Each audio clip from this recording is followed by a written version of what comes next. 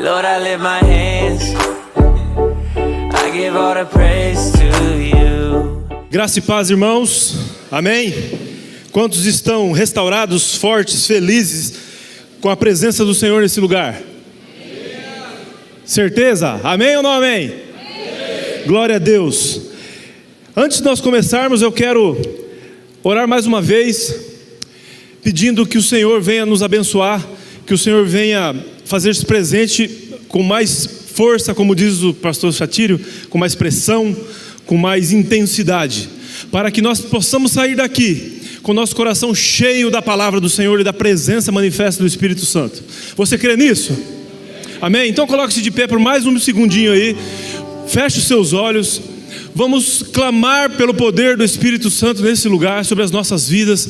Eu quero que você feche seus olhos, que você desconecte-se do natural agora e peça para o Senhor entrar no seu coração, para que Ele nos leve cativo de mente, coração, espírito, para a palavra que Ele quer ministrar em nós. Senhor Jesus, nós queremos dedicar esse momento ao Senhor. Nós queremos nos derramar na Tua presença, dizendo que nós somos Teu. Nós não temos alianças com mais ninguém, somente com o Senhor. Jesus, Tu és nossa aliança. Senhor, nós dedicamos esse lugar, Senhor. Nós dizemos agora, Senhor, qualquer espírito maligno, quer seja por intrusão, por legalidade, caia fora desse lugar em nome de Jesus. Nós colocamos nossa mente, nosso coração, Senhor, rendido a Tua palavra, a Tua presença, Senhor. Senhor, que nós possamos ter uma semana, Deus, abençoada, porque o Senhor vai entrar no nosso coração de uma forma diferente nessa noite, não por conta do Teu servo, mas apesar do Teu servo, Pai. Senhor, eu declaro no Teu nome, pela palavra do Teu Espírito sendo falada para mim, que pessoas que entraram aqui com problemas emocionais, com problemas psicológicos, com doenças, com legalidades demoníacas, sairão daqui curados, libertos, restaurados pelo poder do sangue de Jesus. Nós declaramos isso, Senhor. Queremos agradecer, Papai, pela Tua graça, pelo Teu sacrifício na cruz. Senhor, queremos agradecer porque temos o pão de cada dia, prova que o Senhor é um Deus Pai, provedor daqueles que o servem. Senhor, continua conosco, Papai, porque tudo que nós fazemos sem a Tua doce presença, sem o Senhor em nós, Pai, não passa de obras vazias, não passa de teatro, Pai. O Senhor é o motivo por qual nós estamos aqui. O Senhor é nosso tudo. O Senhor é aquele que está conosco nos momentos mais tristes. O Senhor é aquele que está conosco nos momentos mais alegres. A Ti dedicamos, Senhor, esse sermão, esse culto, Pai, e os nossos corações. Entra, Senhor, com força no Teu Espírito Santo, é o que eu te peço, em nome de Jesus, amém? Glória a Deus. Queridos, amados do Senhor Jesus, o que fazer em tempos de crise? O que nós faríamos se o nosso Brasil fosse tomado por uma força demoníaca e nos levasse cativos, não nos fizesse escravos, quer de outra nação, de outra tribo, de quem quer que seja, ou de alguma nação vermelha? Aos que entendem, fiquem entendidos. Qual seria o posicionamento daquele que serve a Jesus, vivendo num território estrangeiro, vivendo sob circunstâncias adversas? Qual seria a reação, enquanto vivendo nesse país, nesse cativeiro, nós nos posicionaríamos com aquele que sofre? Por que pergunto isso? Porque muitas vezes nós, vivendo em condições normais, nosso coração não se dói por aquele que sofre. O que fazer? Desde já faço uma pergunta que eu vou responder no final dessa pregação. Qual pessoa está habilitada para ser um porta-voz do avivamento? Que tipo de pessoa Deus procura para trazer um avivamento? Baseado nessa pergunta, eu convido você a abrir a sua Bíblia em Neemias. Você deve estar pensando, lá vem outra palavra sobre Neemias. Do quê? Qual foi a maior obra que Neemias realizou? Reconstrução dos muros? Quem concorda, levanta a mão. Ninguém concorda que foi a reconstrução dos muros? Por muitas vezes eu vi as pessoas lembrarem de Neemias como um reparador de brechas, no sentido físico. Sabe por quê? Porque muitas vezes nós olhamos mais para o natural. Se eu disser para você que fisicamente foi a maior obra, mas não foi a maior obra que Neemias produziu. Por quê? Porque hoje nós vamos falar sobre as reformas que Neemias fez. Nós vamos dividir essa nossa palavra em 3 momentos. Falar da pessoa do avivalista, da obra física dele e da obra espiritual que através deles Deus fez com Israel. Que tipo de pessoa Deus procura para realizar o avivamento? Neemias capítulo 1 diz: as palavras de Neemias, filho de Acalias, no mês de Quisleu, entre outubro e novembro, no ano 20º, estando eu na cidade de Suzã, veio Hanani, um dos meus irmãos, com alguns de Judá. Então lhe perguntei pelos judeus que escaparam e que não foram levados para o exílio acerca de Jerusalém. Disseram-me: os restantes que não foram levados para o exílio acham-se lá na província e estão em grande miséria e desprezo. Os muros de Jerusalém são derribados e as suas portas queimadas. Tendo eu ouvido essas palavras, assentei-me e chorei, lamentei por alguns dias, estive jejuando e orando perante o Deus dos céus. E disse: ah, Senhor, Deus dos céus, a aliança e a misericórdia, que guardas a aliança e a misericórdia para com aqueles que te amam e guardam os teus mandamentos.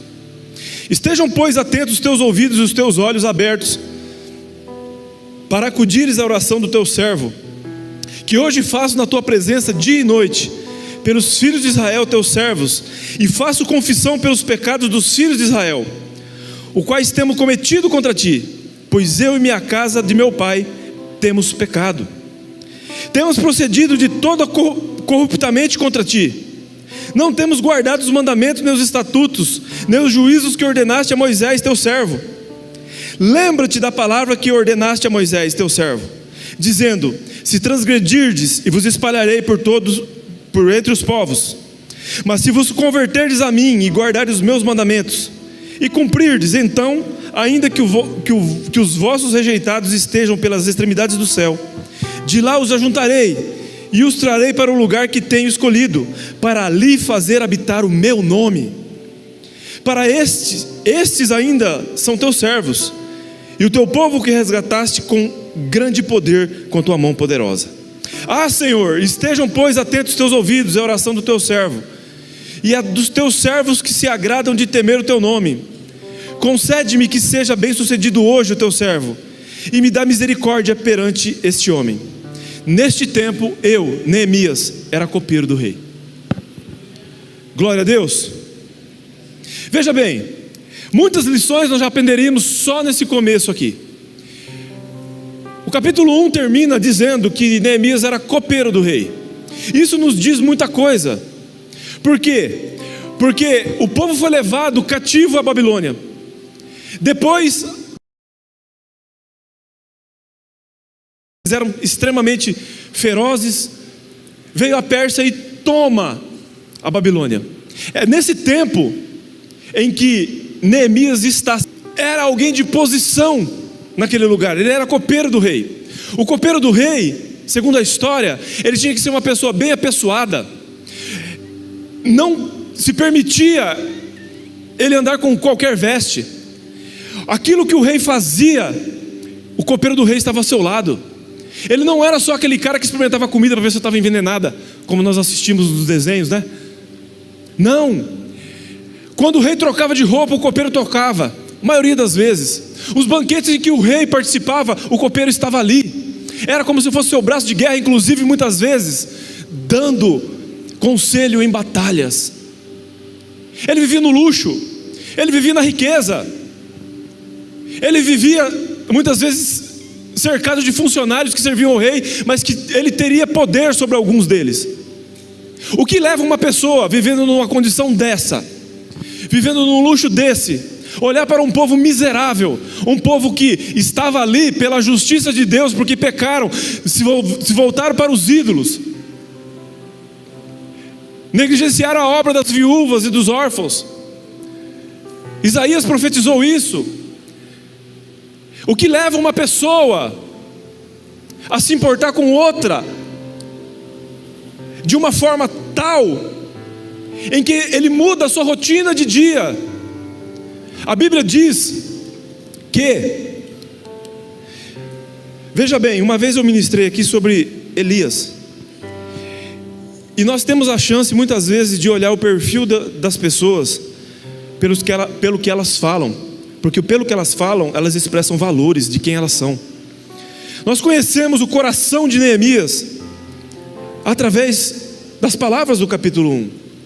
Nós vemos que, em primeiro lugar, Neemias era um homem que reconhecia Deus como seu Salvador, mas não como um reconhecimento de uma bandeira somente. Era alguém que conhecia Deus não de ouvir falar, mas de alguém que andava com Deus. Quando ele conhece a desgraça do povo de Israel, o que ele faz? Ele não vai falar para o rei, ele não vai contar para o seu pastor, ele não vai contar para o seu líder de célula. Primeiro ele fala com Deus. Ele reconhece que aquele que é suficiente para resolver qualquer problema, qualquer crise, é o Senhor.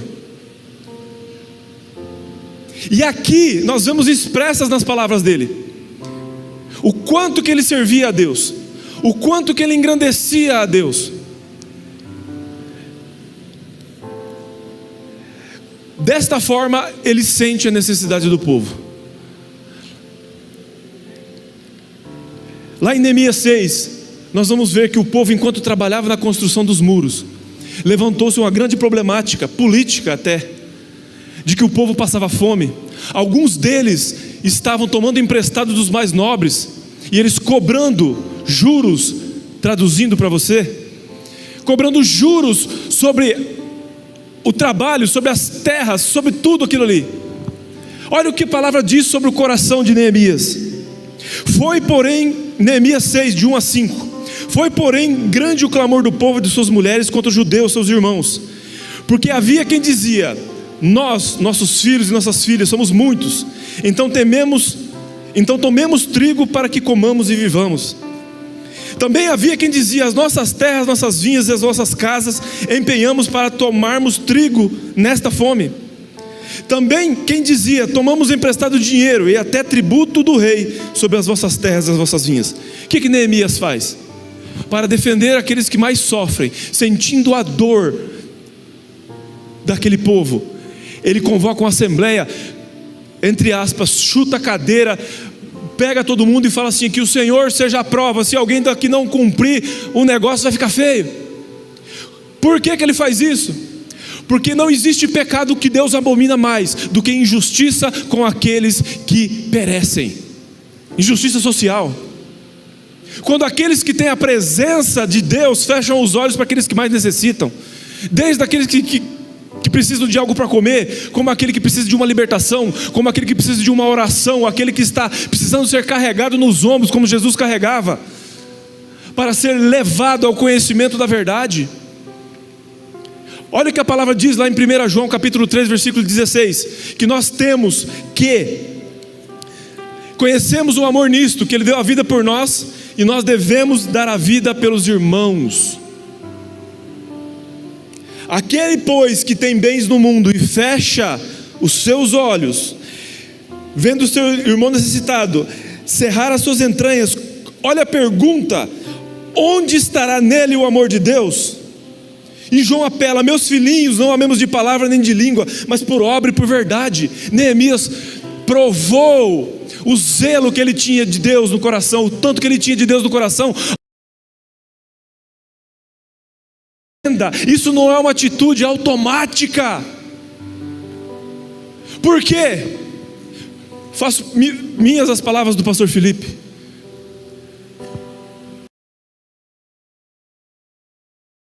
Consegue saber o significado de se doar, porque ele doou primeiro. Ele sentiu a miserabilidade do homem e mandou o seu único filho para morrer no meu e no seu lugar. Portanto, não adianta nós queremos sermos bonzinhos por nós mesmos, se nós não tivermos com o coração cheio do Yahvé, o Deus de Israel, de Jesus Cristo, nosso Salvador. Nós não podemos fazer obra nenhuma. Glória a Deus! É Deus quem faz através de nós. Segundo, Ele faz oração e confissão pelos pecados. Digo novamente, Ele não convoca a igreja ou o povo, os nobres, os sacerdotes para orar. Não que isso seja errado, mas Ele primeiramente, Ele se volta para Deus. Irmãos, não tem nenhum tipo de oração que vá substituir o teu tempo com Deus. E o tempo com Deus, como diz um pastor que vocês conhecem, ele é um tempo a sós com Deus, e ele tem o quê? Tempo, hora e lugar. THL, né? Eu aprendi isso no seminário em 2016. Nunca esqueci. Tempo, hora e lugar. Eu posso adicionar um aqui, pastor Satira? Tem que ter perseverança. Tempo, hora, lugar e tempo de perseverança. Neemias capítulo 1 fala que ele estava num determinado tempo, que remete a outubro e novembro. Eu vou apresentar uma possibilidade. Pode ser que o escritor tenha errado. É difícil? Eu acho quase que impossível. No termos de inspiração é quase impossível. Em Neemias capítulo 2 fala que de um tempo que era provavelmente entre março e abril. O que aconteceu nesse período de tempo? Neemias deveria ser tão cheio de Deus que ele passa meses orando e ele só toma uma atitude quando Deus abre a porta, Deus dá o sinal. Quando ele está todo esse tempo orando, ele aparece triste na frente do rei. Há um tempo de preparação, não há afobação, porque a obra primeiro, antes de ser realizada aqui na terra, é uma obra espiritual. A batalha primeiro é espiritual, depois ela é física. Ele ora, pede para o Senhor, confessa seus pecados, confessa o pecado do seu povo. Há uma certa semelhança aqui com Isaías. Senhor, ai de mim que sou um homem impuro e habito no meio do povo de impuros lábios. Ele confessa os pecados. Por quê? Porque não existe como nós chegarmos diante de Deus, da face do nosso Criador, sem confessarmos nossos pecados, sem reconhecer quem realmente nós somos sem Ele. Neemias persevera e preserva a sua integridade espiritual, o seu caráter, num lugar que é averso a tudo que se chama Deus. Sabe, queridos, certa feita no governo anterior, eu disse em púlpito lá em Loanda, que se o candidato vermelho tivesse ganhado no lugar do antigo candidato de direita, ia ser uma providência de Deus. Está amarrado, né? Você está louco? Não. Porque é no tempo de provação em que Deus mais extraiu da igreja durante a sua história. É nos momentos de crise que se levantaram avivalistas. É nos momentos de crise que Deus peneira aquele que serve daquele que não serve. Portanto, meu irmão, nós estamos em crise, não uma crise de batalha pegar espadas. Procure crescer em tempos de paz. Encha-se do Espírito Santo, para quando Deus chamar você para a obra que Ele tem separado, você vai lá com uma labareda de fogo, você vai cuspir fogo do céu, e as coisas vão acontecer, porque não é na tua força, não é na minha força, mas é na força do Espírito, mediante a palavra dEle. Aleluia!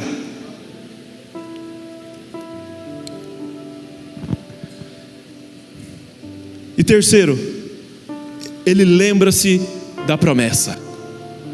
Senhor, nós somos aquele povo. Sabe aquele povo que o Senhor prometeu?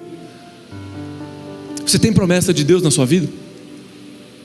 As circunstâncias da vida apagaram as promessas de Deus? Lembre-se das promessas. Lembrar das promessas nos faz lembrar da esperança.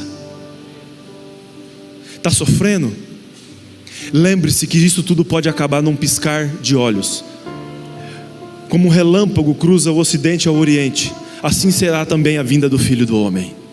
Tudo isso pode acabar e você será coroado com a coroa de vitória, e você estará com Ele para todo sempre.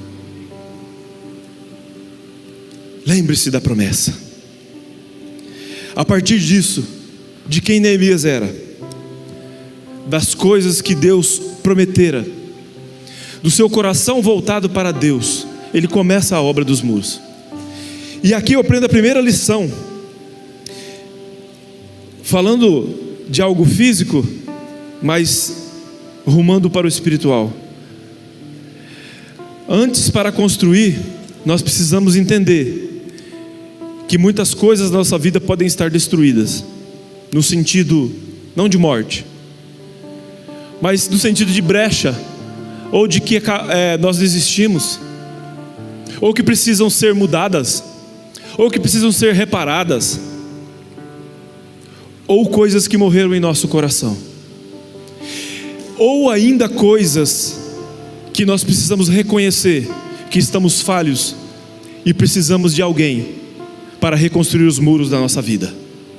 Esse alguém é Jesus Cristo. A lei do reconhecimento.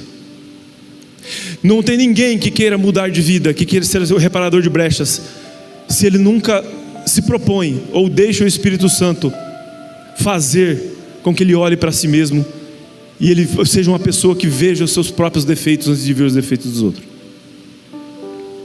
Neemias reconhece a necessidade. E o que ele faz com a necessidade?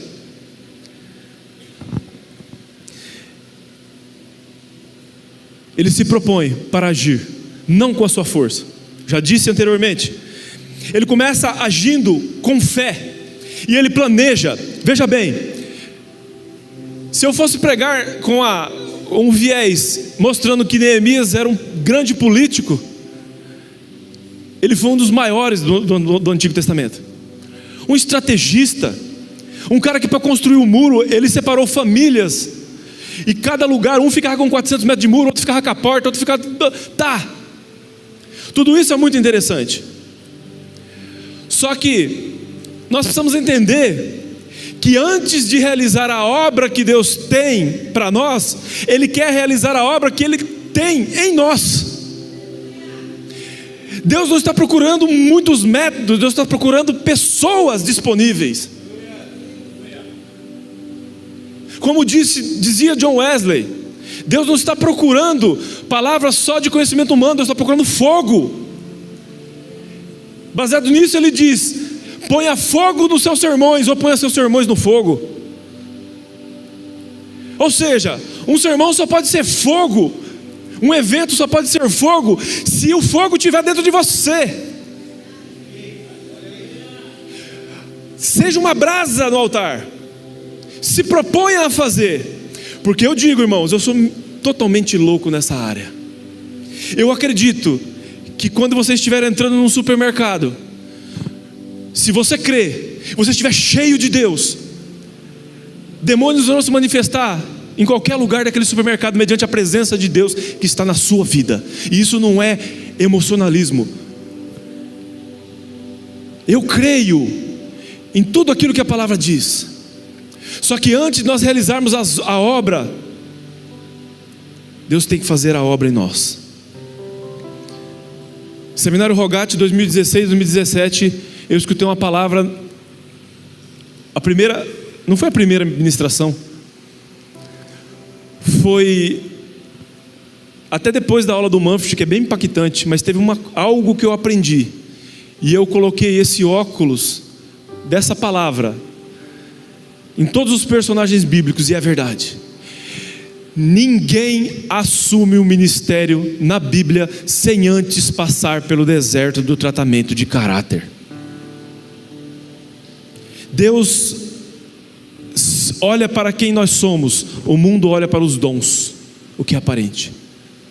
Mas o que vai fazer permanecer é a presença de Deus, o seu caráter. Neemias fez a diferença, não porque ele sabia construir muro. Aqui tem muita gente que deve saber construir muro, mas a maior obra dele vem depois. A reforma interna, a reforma espiritual. Depois que ele se propõe a construir esse muro, que ele começa a receber oposição. Não vou falar muito disso. Ele começa a receber a oposição dos samaritanos. Ele começa a receber a oposição de Sambalate, de Tobias. A palavra diz que Neemias, depois de tudo isso, ele ficou tão furioso com Sambalate, e ele manda Tobias e Sambalate, seus opositores, embora. Neemias chega a pegar os móveis de Tobias e lançá-los todo fora da casa dele. Tamanha indignação. Ele suporta tanta oposição desses caras, oposição através de ideias, de pressões malignas, ao ponto das pessoas terem que construir os muros com uma espada na mão e a colher de pedreiro na outra, como disse o pastor Satiro na última pregação. A colher de pedreiro na mão, atento, além de flecheiros e homens na muralha, porque qualquer hora podia vir os inimigos de Samaria e acabar com tudo.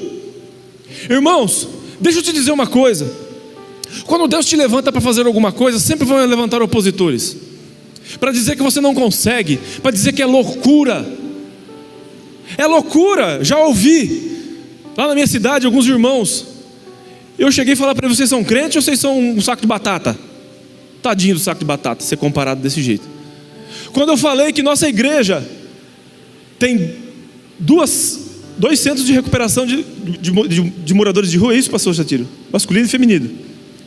Tem uma escola por princípios que vai muito bem, obrigado, amém, glória a Deus nas alturas e paz na terra, amém? É loucura. Onde vocês vão arrumar dinheiro? Vocês não são uma igreja nem de 1000 membros. Eu falei: irmão, quando Deus se levanta para fazer alguma coisa, não é a falta de dinheiro que vai fazer. Deus faz brotar arroz da pedra, se a casa acabar, o arroz da humanidade, porque Deus é pai, não é padrasto. É loucura. Você não vai conseguir. Vamos fechar isso aí tudo. Não é assim que as pessoas falam? Irmãos, eu conheço um camarada que quando Deus revelou para ele que ele ia ser pastor, nem ele acreditava. Ele começou a orar, começou a buscar de Deus, e ele, duvidando do que Deus estava falando: eu quero receber uma resposta de Deus. Deus mandou na palavra, Deus falou através de outras pessoas que ele nunca tinha vindo. E esse camarada hoje, pastor, só sossegou quando veio um camarada da África, que nem português falava, e falou algo que já estava no coração desse cara há muito tempo. E esse cara levantou, falando em língua estranha, línguas humanas, em inglês. E a partir daquele dia, esse camarada tomou posse do que ele era, enquanto os da sua casa ninguém acreditava. Ele não é daqui, tá? Aliás, ele está aqui, mas ele não é daqui. Ele veio de outra cidade. Esse cara sou eu. Irmãos, não é o que os outros dizem, não é o que os outros pensam, não é aquilo que o mundo acha que define quem você é. Você é a última palavra sua, a primeira, a última, a de todo dia. Quem você é, quem você deixa de ser, vem do nosso Deus. É Ele quem diz quem você é Ele quem fala para você o que fazer, é Ele que te dá as direções, porque Ele é Deus. Glória a Deus, glória a Deus, amém? Não permita que oposições façam você desanimar. Não permita. Você tem que ser igual o meu cachorrinho Theo. Eu chego para ele e falo assim: você é feio, mas ele sabe que ele é bonitinho. você já amolece a voz, ele já vem, né? Porque ele sabe quem ele é. Brincadeira, gente. Minha filha está morrendo de rir. Você também é linda, meu amor.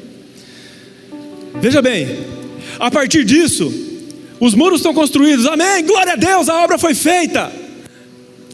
Aí parece que a ordem dos fatos é o contrário. Aí começa uma reforma interna, espiritual no povo. Mas veja bem, só pode fazer uma reforma externa de construção, de obras naturais, que Deus nos leva para fazer, e uma reforma espiritual se nós já somos reformados.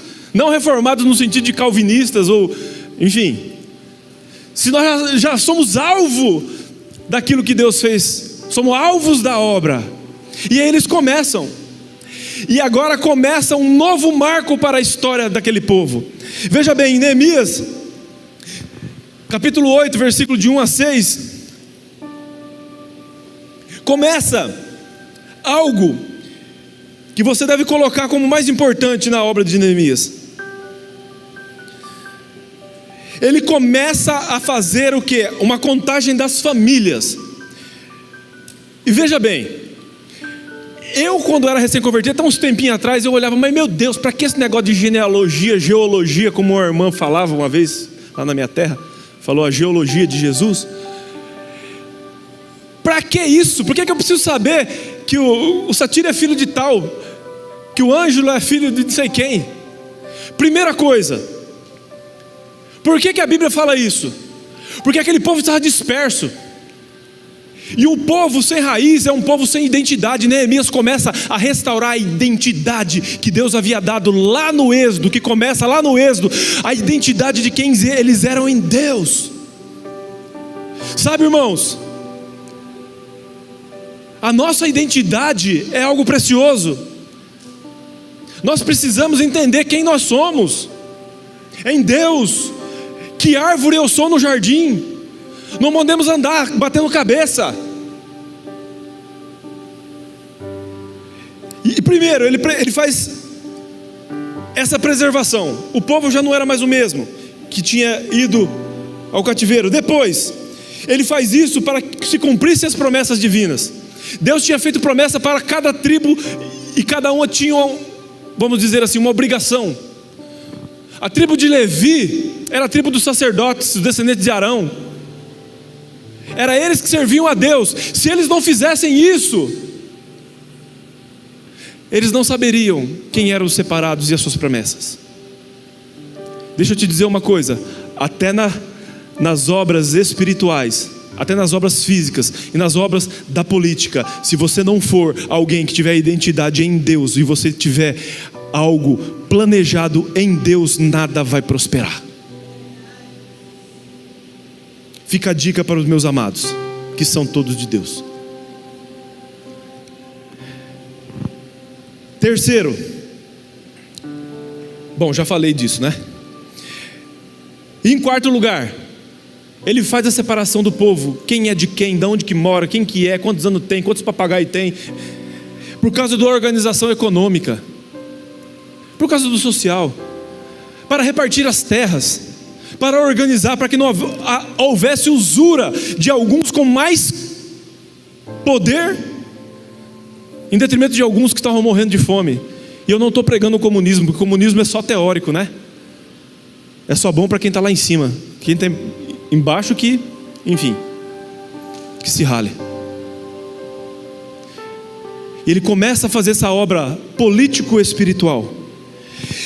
E em segundo lugar, como parte da reforma interna, a Bíblia diz lá em Neemias 8, vamos ler Neemias 8, de 1 a 3. E chegando o 7º mês, estando os filhos de Israel nas suas cidades, todo o povo se ajuntou como um só homem na praça, diante da porta das águas, e disseram a Esdras, ao escriba, que trouxe o livro da lei de Moisés, que o Senhor tinha prescrito a Israel. Esdras, o sacerdote, trouxe a lei perante a congregação, tanto de homens como de mulheres, e de todos que eram capazes de entender e que ouviram. Era o primeiro dia do 7º mês. E leu no livro diante da praça, que está à fronteira da porta das águas, desde a alva do meio-dia.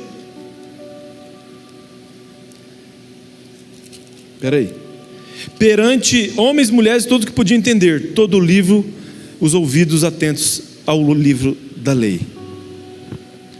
Amém? O primeiro versículo diz que eles se ajuntaram. Não precisou estar ninguém cobrando que vocês precisam ouvir a palavra. Não precisa ninguém falar que a palavra de Deus era necessária. No capítulo 9, ele ainda diz assim, 9:3: levantando o seu lugar, leram o livro da lei no seu Deus, 1/4 parte do dia, uma outra 1/4 parte deles fizeram confissão e adoraram ao Senhor teu Deus.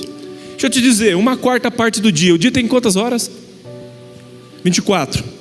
1/4 parte é o quê? Divide 24 por quanto? Quanto dá 1/4 parte? 6, com 6, 12, com 12 é quanto? Mais 6, 18, depois 24. Eles estudaram a palavra 6 horas, depois nas outras últimas 6 horas fizeram confissão de pecado e adoração. Segue a dica aí para uma liturgia de culto. 6 horas ouvindo a palavra. Você aguentaria? Você suportaria? Nós adoramos, não, isso não é errado. Nós adoramos 1 hora, 1h30. A hora que chega a hora da palavra, se o camarada passa 45 minutos, ou às vezes até meia hora, lá nos Estados Unidos o sermão é 15 minutos. Hernandes Dias Lopes disse que ele foi pregar lá nos Estados Unidos, e aí o pastor chegou para ele e falou assim, aqui não é sermão do Brasil não, aqui é só 15 minutos.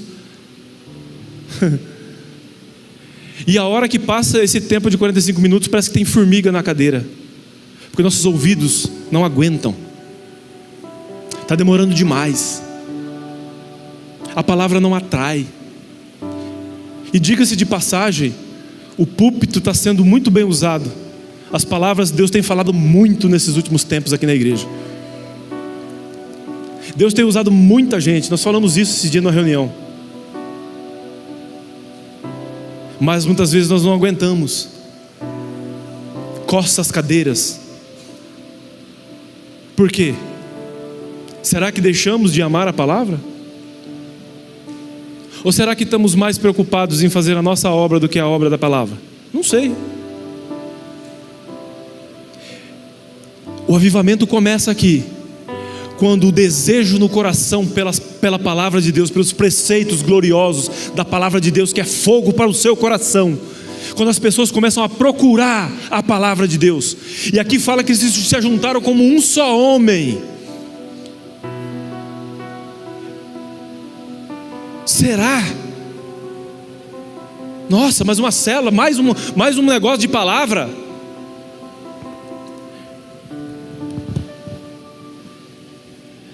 Depois disso, arrependimento e confissão de pecados. Neemias 9, 1 e 2 fala que ajuntaram-se os filhos de Israel com jejum e com sacos, pano de saco, e traziam terra sobre si. A descendência de Israel se apartou de todos os estrangeiros e puseram-se em pé, e fizeram confissão pelos seus pecados e pela iniquidade de seus pais. Oração, estudo da palavra, mudar o seu interior, arrependimento,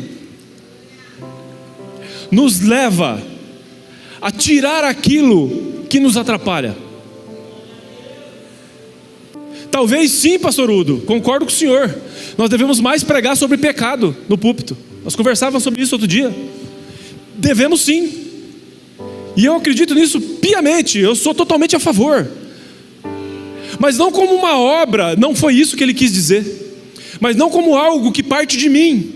Talvez a consciência nossa, por não nos arrependermos de nossos pecados dioturnamente, por não reconhecermos quem nós somos e que nós necessitamos de Deus, não nos leve a levar o povo a conhecer os pecados. Por quê? Porque muitas vezes nós falamos aquilo que vai dar certo, não aquilo que o Espírito está mandando pela palavra. Muitas vezes nós estamos mais preocupados com palavras de vitória do que trazer o pecador para os braços de Jesus. Você que se propõe a pregar a palavra de Deus, Se acostume, porque se você for em algumas igrejas, vai ser a primeira e última vez. Eu já fui campeão de primeira e última vez pregar em igreja. Fui uma vez, o cara nunca mais chamou. Por quê? É um risco que você corre.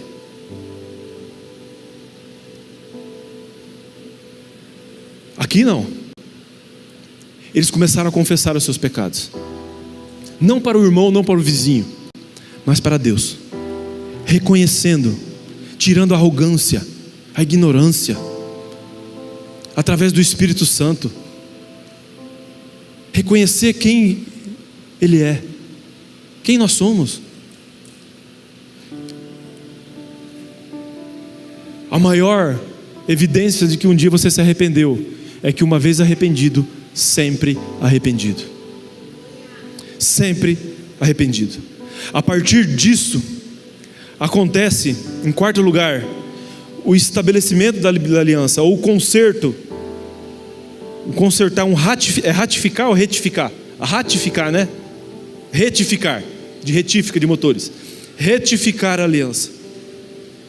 Agora, Neemias 9:28 fala que por causa de tudo isso, estabelecemos aliança fiel e o escrevemos, e selaram-na em nossos príncipes, nossos levitas e nossos sacerdotes. Veja bem, por que eles precisaram reaver a aliança?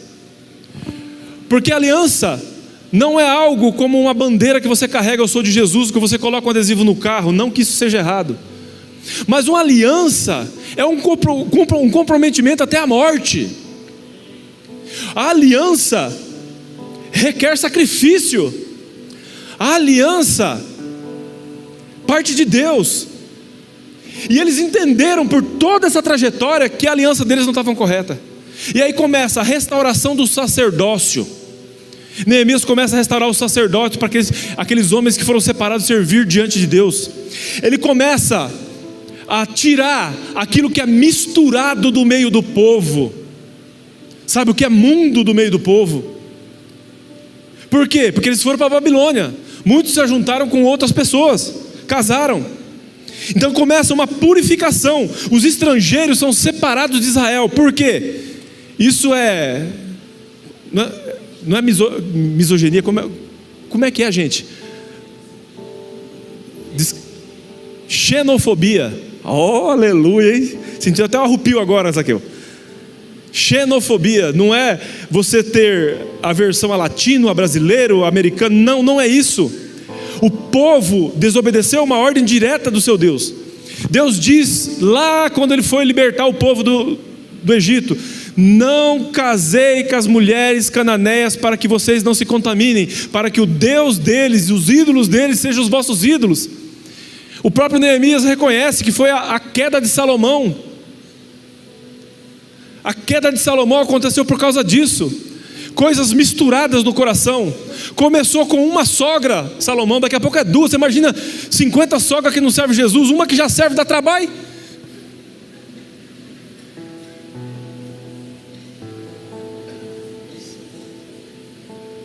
O que eu quero dizer com isso? Que as coisas vão entrando no nosso coração aos pouquinhos. Hoje é um negocinho, é um nada a ver. Quem conhece a música do nada a ver? Tem nada a ver, isso é normal. Eita coisinha que faz crente se dar mal. Tem nada a ver, isso é normal. O resto não sei. Veja bem, começa com algo estrangeiro dentro. Começa com filminhos errados. Começa com galanteios errados. Começa com sei lá, qualquer coisinha. Eu sou da época, irmão, que crente não assistia Harry Potter, não via filme de demônio. Eu fui criado assim, na vara e no ferro.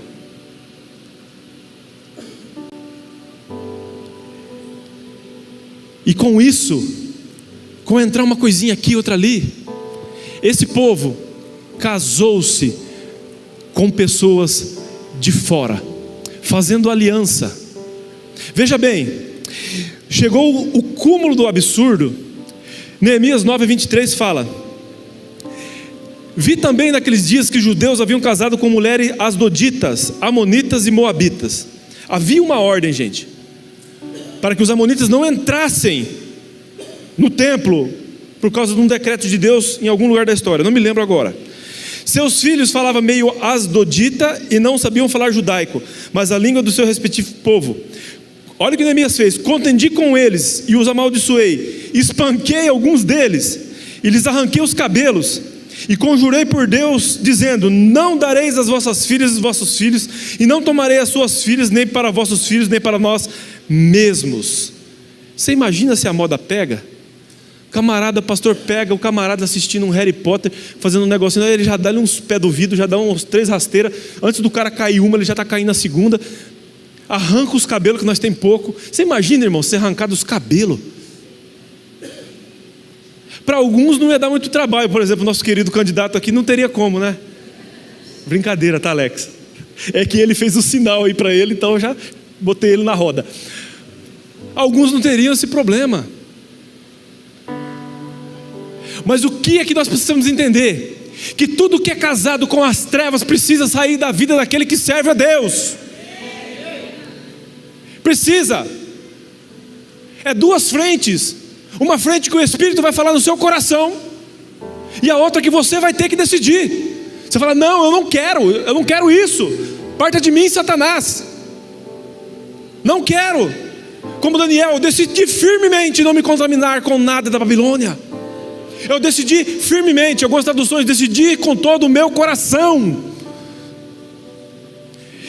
E pasme, o negócio era tão feio, que até o filho do sacerdote, do filho do sumo sacerdote, Eliasiabe, casado com a filha de Sambalate, Jesus amado, o camarada botou a filha dele para casar com Satanás em carne. O cara que foi usado pelo inimigo em toda a frente para a construção do muro.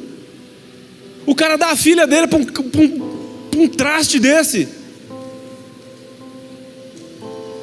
Neemias começa a fazer uma limpa.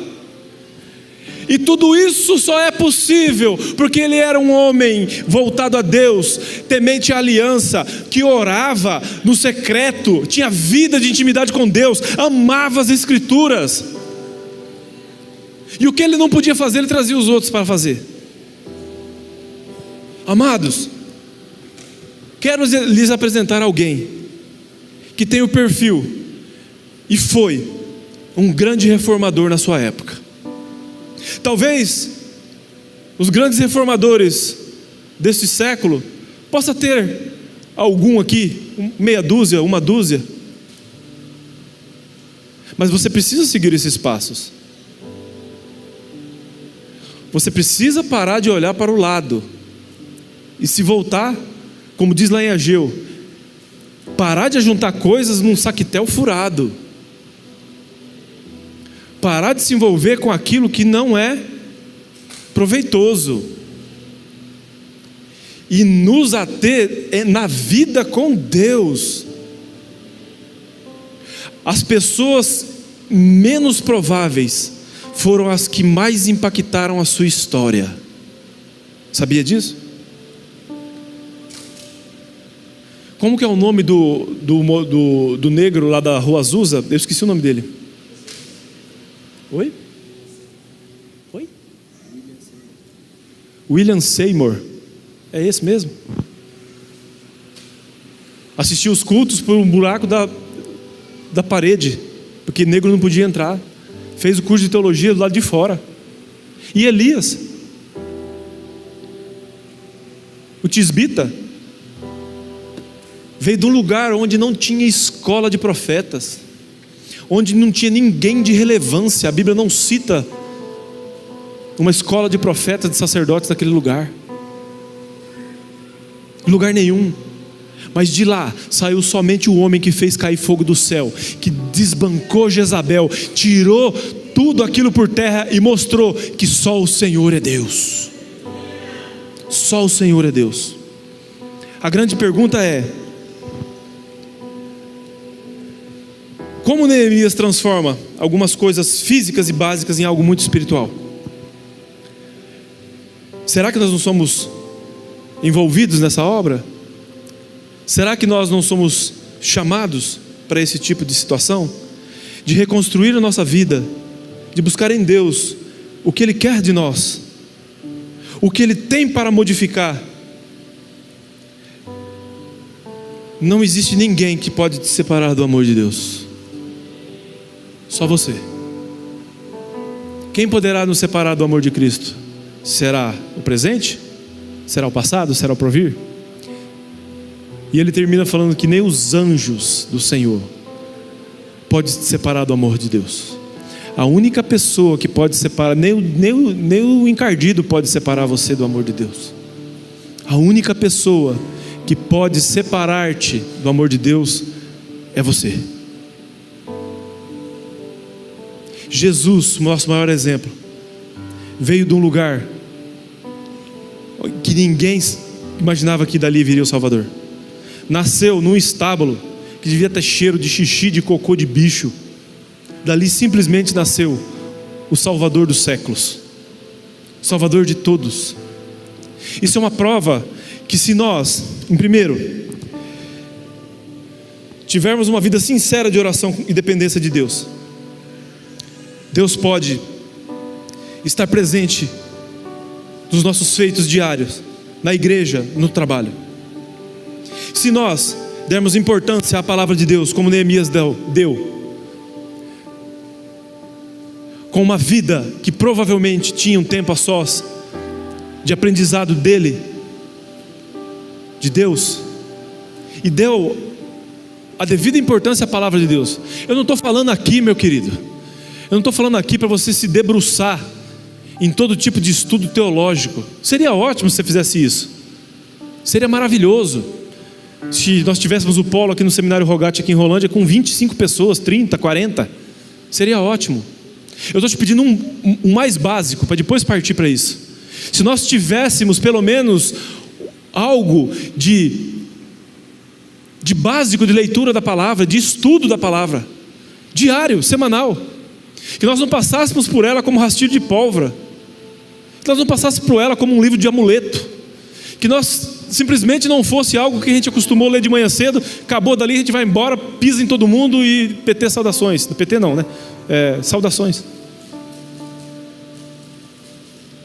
Como nós queremos mudar de vida? Como nós queremos mudar de caráter? Certa feita, Jesus pregava de uma forma pesadíssima. Muita gente foi embora. Aí um dos seus discípulos diz, se eu não me engano Pedro, palavras duras é essa, hein Senhor? Você está pregando para marretada aí, hein Jesus? Ele falou assim, vai com eles. Aí ele fala, como eu irei se só o Senhor tem palavras de vida eterna? Nós precisamos parar de achar que Deus vai revelar algo novo para nós e vai falar no seu ouvido além da palavra. Ele pode fazer isso? Pode. Mas muitas vezes nós estamos sem resposta de Deus, porque a resposta está aqui, ó. A resposta está aqui. Como você pode, como você deve agir, como você tem que tratar tua esposa, como você tem que tratar teu filho, como você tem que respeitar o teu pastor, como você tem que respeitar as autoridades constituídas da cidade, como você tem que adorar, quais são as suas prioridades, que tipo de pessoa Deus usa, e por aí vai. Irmão, tem tanta pregação, dá para fazer tanta pregação aqui, você não tem noção. Você imagina se nós usássemos a palavra para pregação? Nossa, é legal, né? Isso é muito bom. Não aqui, né? Aqui nós usamos. Amém? A partir disso, ação e perseverança. E assim, eu encerro essa mensagem dizendo que a ação e perseverança não vem de você, simplesmente não. Vem de Deus. É Ele que te dá essas forças, é Ele que constrói o caminho. Sabe aquela certeza que você tem no teu coração? Tem alguém que nos visita hoje aqui? Levanta sua mão bem alta. Sabe aquela certeza que você tem no coração, que a peruca está voando, irmão? A vaca já não está mais dando leite, a cabra já está sem cabelo, o porquinho já está magricela, parecendo as costelas, o carro já está com 2 pneus furados, você não consegue mais nem ir porque não tem nem step mais, a não ser que você for segurando uma roda. Mas você tem uma certeza, como Jó teve: eu sei que meu Redentor vive, e no fim ele se levantará sobre qualquer circunstância, porque Ele é Deus. Sabe o que chama isso, meu irmão? Paz, esperança, certeza e convicção do Deus que você serve. Nós sabemos, irmãos, que no mundo nós temos aflições, mas nós temos um ânimo que não vem das coisas naturais. Nós somos bem-aventurados, nós somos filhos, não somos religiosos. Coloque-se de pé, vamos orar. Assim como Neemias foi um agente do avivamento, eu creio que cada um de nós também pode ser. Tenha paciência, suporte o tempo de crise. O pessoal do louvor pode vir tocar um louvor aí para nós. Suporte a crise. Aproveite os momentos para aprender. Não perca oportunidades que Deus te dá para crescer. Alie-se com as pessoas certas. Não faça casamento com o mundo. Não faça casamento com filosofias erradas. Sabe, irmãos, veja bem, hoje o inimigo não pode tocar em você fisicamente, ele não pode te matar, ele não pode fazer nada com você. O teu espírito está selado com o Espírito Santo de Deus, mas ele pode lançar setas, conversinhas, nada a ver na sua mente, e ele começa a mudar a sua mentalidade. Por isso Paulo diz assim: não vos conformei-vos com esse século, mas transformai-vos pela renovação da vossa mente. Renove a sua mente em Cristo, na palavra. Renove a sua mente naquilo que te traz esperança. O nome da minha célula é Esperança. Nós batizamos quinta-feira passada. Por quê? Porque nós temos a esperança que Deus há de se levantar sobre qualquer circunstância, e se Ele não se levantar, Ele continua sendo Deus. Pode tirar minha casa, pode tirar meu carro, pode não me dar picanha, pode me dar abóbora, tá bom abóbora, eu estou com Deus, porque o meu depósito é valoroso. Irmãos, não foi nada proposital com a picanha, tá? Porque eu não sinto o cheiro dela faz tempo, pastor Satir. Só a borba e frango. Feche seus olhos.